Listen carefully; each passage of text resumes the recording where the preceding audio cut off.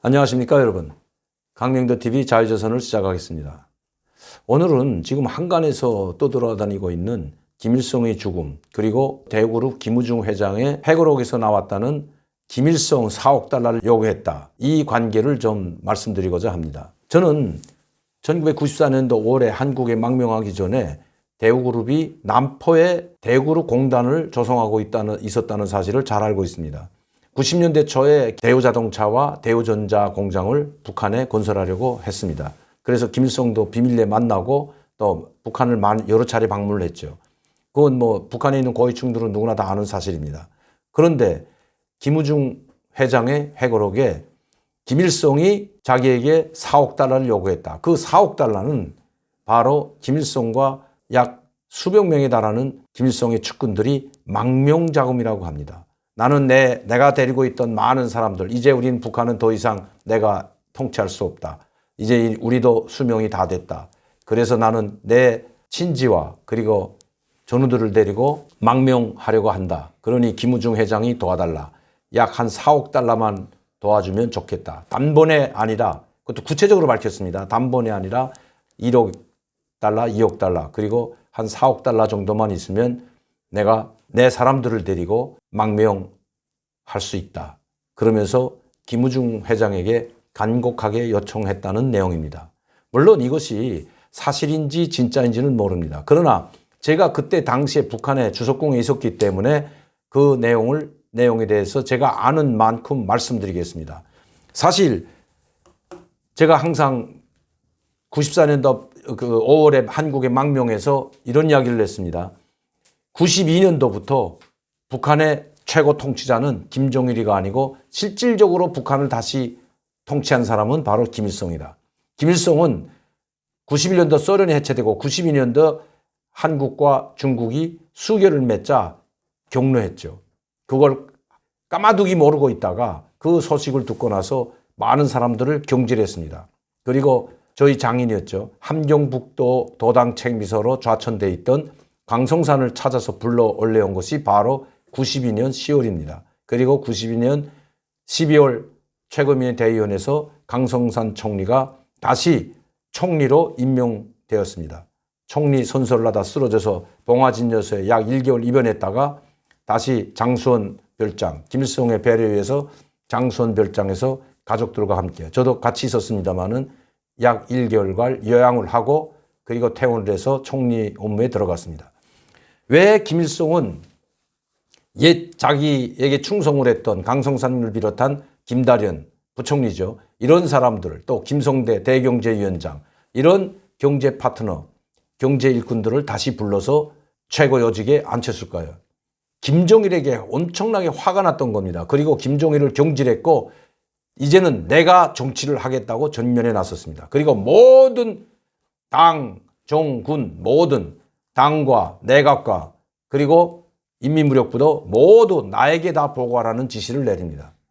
그러나 그때는 이미 김일성의 손발이 다 잘린 상태이고 김정일의 눈치를 보고 있던 당정군의 많은 간부들이 김일성에게 그렇게 예전처럼 충성할 수가 없었습니다. 잘못하면 김정일의 눈밖에 나면 김정일에 의해서 숙청되거나 총살될 수 있기 때문에 아무 말도 하지 못하고 김일성은 그것도 모르고 호소합의에 불과했던 것입니다.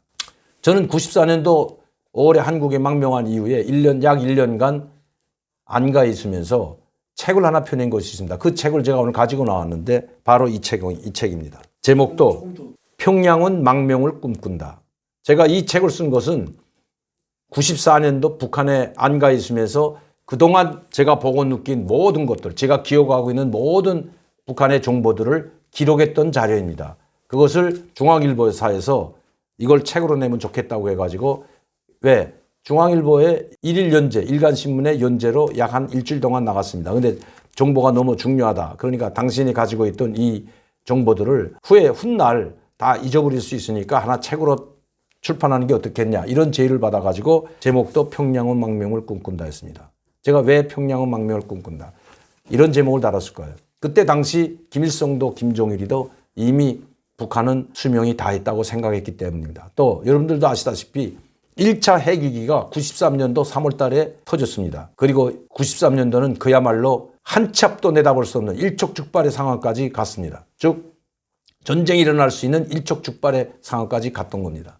북한에서는 당시 93년도에 6월에 준전시 상태를 내리고 모든 인민군 군인들뿐만 아니라 교도대 예비 병력까지 모두 군복을 입고 또 당중앙위원회 일꾼들까지 그때 바로 계급장을 받고 군복을 입고 총을 찬 상태에서 집에 출퇴근을 하는 게 아니라 집에 가지도 못하고 당중앙위원회 총사에서 내각 총사에서 밤을 지새우면서 전쟁이 이제는 일어난다는 가정하에 대기 상태에 있었던 것이 당시 상황이었습니다.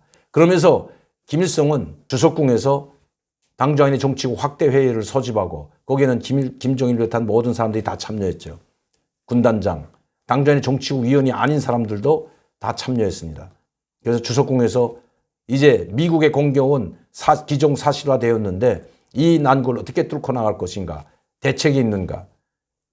당시 인민무력부장 겸 총정치국장이었던 오진우는 그냥 이런 말만 합니다. 실용님이 계시고 당중앙이 있으면 우리는 그 어떤 적과도 맞서 싸울 수 있습니다. 우리는 이길 수 있습니다. 라는 이야기를 합니다. 그때 김일성은 격노하면서 그런 틀에 박힌 말만 하지 말고 어떻게 싸워 이길 것인지 한번 이야기해 보라고 합니다. 그러나 이야기할 수가 없는 거죠. 그때 김정일이 당차게 일어나 조선이 없는 세계는 필요 없습니다. 우리는 반드시 싸워서 결사항전하면 이길 것입니다. 이런 이야기를 던집니다. 그 이후에 조선이 없는 세계는 필요 없다는 연구까지 나오고 뮤지컬까지 나왔던 것이 사실입니다. 그때 많은 사람들이 우리도 미국이 공격하면 미국을 물리칠 수 있는 원자폭탄이나 그 어떤 강력한 핵무기를 가지고 있다는 암시를 많이 받았습니다. 김일성은 그때 바로 저런 자세가 필요하다. 우리 조선민주주의인민공화국이 없는 지구는 필요 없다. 이런 이야기를 하죠. 숙청되었던 경질되었던 김정일이 여기에서 다시 살아났던 것입니다. 다시 자기 위치를 차지합니다. 그리고 김일성은 김정일에게 또 위임을 합니다. 모든 것을 위임합니다. 그러나 군과 당은 김정일에게 맡기지만 내각, 즉 경제 문제는 자기가 앞장에 서겠다고 합니다. 내가 모든 경제 문제의 난관은 내가 다 해결하겠다고 정면에 나섭니다. 그러나 이미 돈은 한 푼도 없었고 그동안 북한이 축적해 놓았던 예비 물자 그리고 모든 축적된 물자들이 2, 3년 동안 다 소진되어 버렸던 겁니다. 왜? 91년도 소련이 무너지고 92년도 중국이 한국과 수교를 하면서 중국도 당시 상황이 상당히 어려웠습니다. 북한을 지지해주고 원조를 해주던 동구권 사회주의 나라들이 모두 몰락한 이유라 여러분들도 아시겠지만 89년대 동구권 사회주의가 몰락했고 91년대 소련마저 해체됩니다. 몰락했죠. 북한에 많은 원조를 주고 도와주던 나라들이 형제 국가들이 사라진 것입니다. 그래서 북한은 비축해놨던 물자를 3년 동안에 다 탕진하고 기름 한 방울도 남지 않는 어려운 상황에 빠지게 되었습니다. 그래서 북한은 이렇게 어려운 사정을 북한의 내부 사정을 알고 미국이 핵 문제를 골고들어 북한을 압살하고 공격해서 없애버리려고 한다고 생각했던 것입니다. 94년대에 들어서면서 더 어려워졌습니다.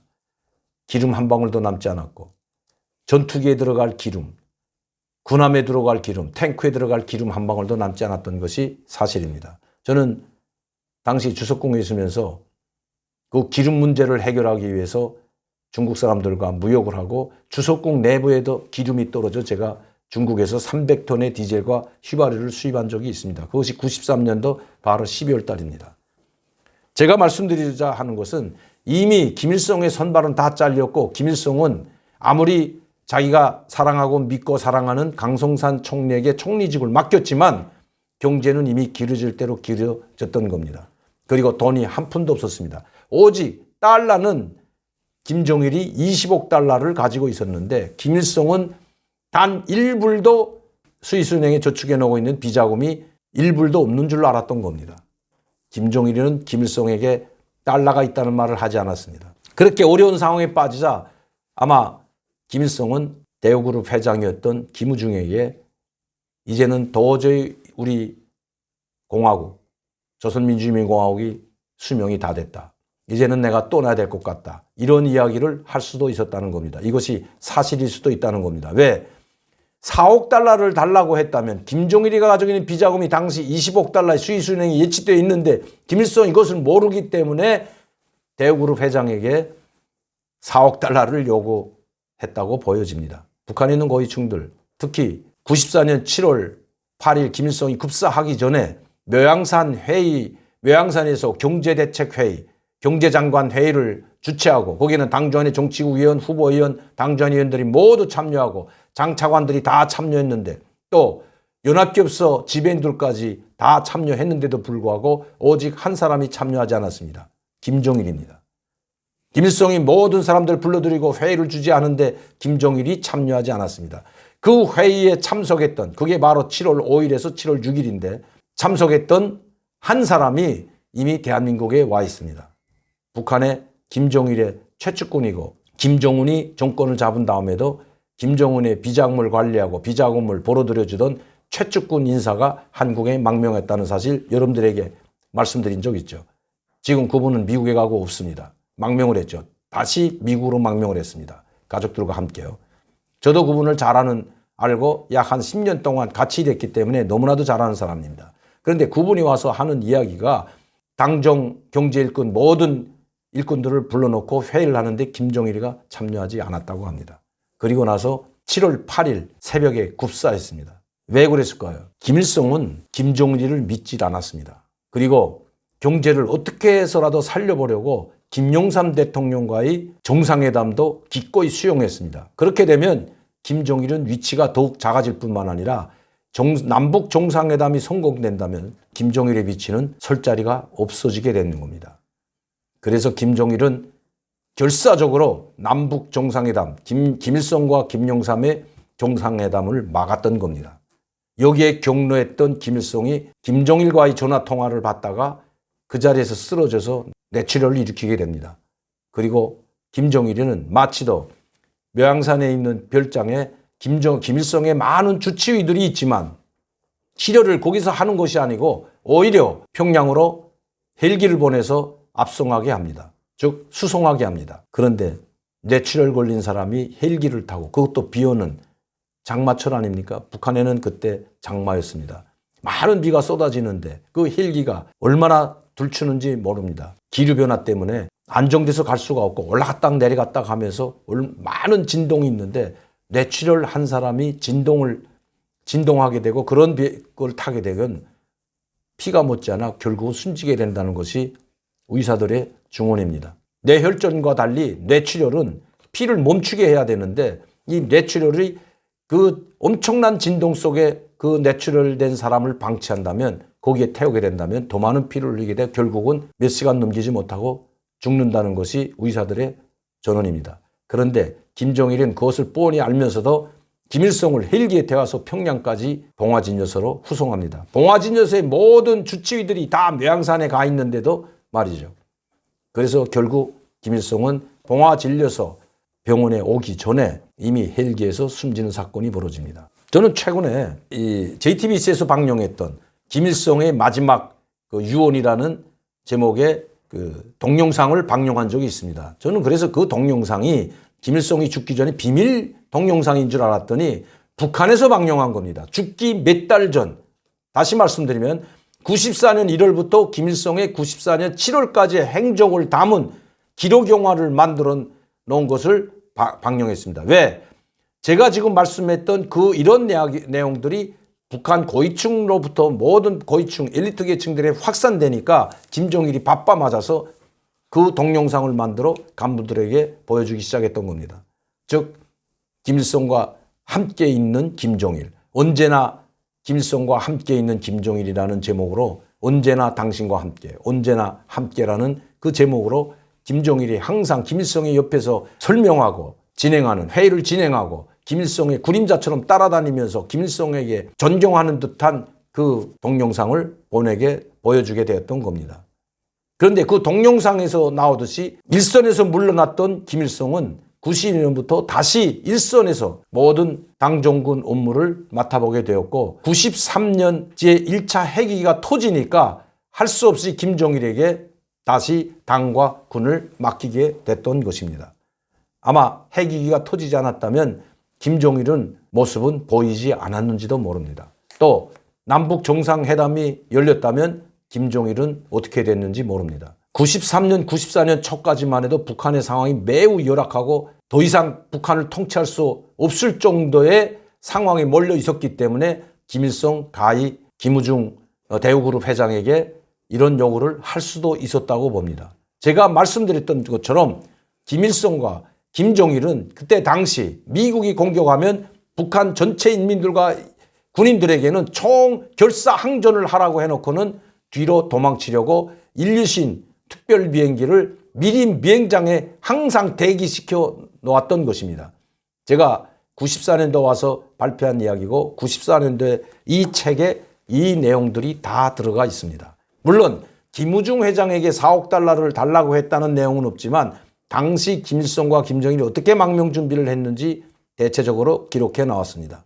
아마 1차 핵위기 94년도 김일성이 죽고 나서 7월부터 시작되었던 제네바 북미 고위급 정상회담에서 북한 핵 문제가 타결되지 않았다면 북한은 지금처럼 오래 존재하기가 힘들었을 겁니다. 또 김대중 대통령이 되면서 여러분들 다 아시다시피 4억 달러에서 5억 달러 현금으로 줬다는 것은 이미 검찰을 통해서 밝혀진 사실입니다. 그 돈 때문에 박지원 국회의원이 구속됐다는 사실도 여러분들은 알고 있을 겁니다. 그러나 그 4억 달러를 받아간 분이 바로 제가 아까 말씀드렸던 묘양산 회의에 참여했던 김일성의 최측근이고 김정일의 최측근이었던 바로 그분입니다. 그리고 그 돈을 싱가포르 은행에 날랐다고 합니다. 다 현금이죠. 그래서 북한은 살아날 수 있었고 김일성은 비록 굽사했지만 김정일은 그 자금으로 다시 일어설 수가 있었던 겁니다. 김일성 참 불쌍하게 죽었습니다. 그 아들에 의해서 비참하게 죽었습니다. 그런데 김정일 역시 비참하게 죽었습니다. 굽사했습니다. 그것도 김정은에 의해서 굽사했다는 이야기가 지금 급속도로 퍼지고 있습니다. 똑같이 김정일이 자기 첫째 부인인 김용숙, 종부인이죠. 고용인은 종부인이 아니고 부인 반열에 없습니다. 그 자기 종부인인 김용숙이 난 딸 설송, 김설송이죠. 설송이 집에서 술 한잔 하고 있으면서 자기가 이제 얼마 살지 못하는데 그 설송이와 그 김용숙 부인을 보면서 내가 죽으면 이제 이들이 어떻게 될까? 그때는 이미 김정은에게 정권 후계자가 넘어간 상태이기 때문에 그것을 경험했던 김정일, 자기도 이붓 엄마에게 경험을 했고 또 이복 동생들에게 학대를 받았던 그 경험이 있기 때문에 그 이복 형제들을 모두 숙청했다는 것은 이미 자명한 사실로 다 나와 있습니다. 그렇게 될 것을 걱정해서 맞다리 따라주는 술 한잔 마시고 있는 새벽 1시에 전화가 걸려왔습니다. 그 전화를 받다가 쓰러집니다. 어떻게 심통이 김일성도 김정일의 전화를 받고 쓰러지고 김정일 역시 새벽에 걸려온 전화를 받고 쓰러져서 결국은 굽사하고 맙니다. 김정일에게 새벽에 그것도 정부인이 있는 집에 전화를 걸 수 있는 사람 북한에서는 단 한 명도 없습니다. 오직 한 사람 김정은밖에 할 사람이 없다는 것입니다. 이 내용도 바로 김정은의 최측근이었던 자금 담당, 비자금 담당 최측근이었던 그분이 와서 전해준 이야기입니다. 그리고 그분도 망명을 하게 된 원인이 계기가 바로 자기 아버지도 죽일 수 있는 저 김정은 밑에서 살아남기 힘들다는 걸 알고 가족들과 함께 6개월간을 준비해서 망명을 했던 겁니다. 그것도 김정은의 승인을 받고 제3국의 대표부를 만들고 그 대표부에 자기 가족 모두를 내보내놓고 자기도 나와서 가족들과 함께 망명의 길에 올랐습니다. 그리고 지금은 미국에서 왕성하게 활동하고 있는 줄로 압니다. 김정일, 김일성의 비참한 죽음, 김정은에게도 해당하지 말라는 법이 없습니다. 그런데 김정은은 지금 몸무게가 여러분들도 이번에 북한의 동영상 TV를 보셔서 알겠지만 180kg, 그것도 700kg나 되는 말이 겨우 지탱할 수 있는 그 정도라고 합니다. 숨이 차서 현지도 백두산의 장군들과 답사하면서 5번이나 주저앉는 그리고 가쁜 숨을 몰아쉬는 모습을 여러분들도 봤을 겁니다. 저는 김정은이 결코 오래 살지 못한다고 봅니다. 또 병이 나서 심장마비로 죽을 수도 있어서 오래 살지 못하지만 이제 북한 경제가 회복되지 못하고 또다시 유엔 제재를 통한 간고분투 장구한 장기전을 한다는 그 말에 북한 주민들이 많이 실망했다고 합니다. 더 이상 김정은을 믿고 의지하고 따르지 않는다는 것입니다. 조금만 참으면 된다고 했던 미국 트럼프 대통령도 우리 김정은 장군님 앞에서는 꼼짝할 수 없는 그렇게 선전을 했던 북한 매체들이 지금은 입을 닫고 있습니다. 이제 얼마 남지 않았습니다. 우리 자유대한민국이 다시 일어서는 날도 얼마 남지 않았다고 생각합니다. 오늘도 강명대TV 자유조선을 시청해 주신 여러분들께 감사를 드립니다. 그리고 대동강 오리불고기 많이 찾아주십시오. 한번 제가 해보겠습니다. 감사합니다.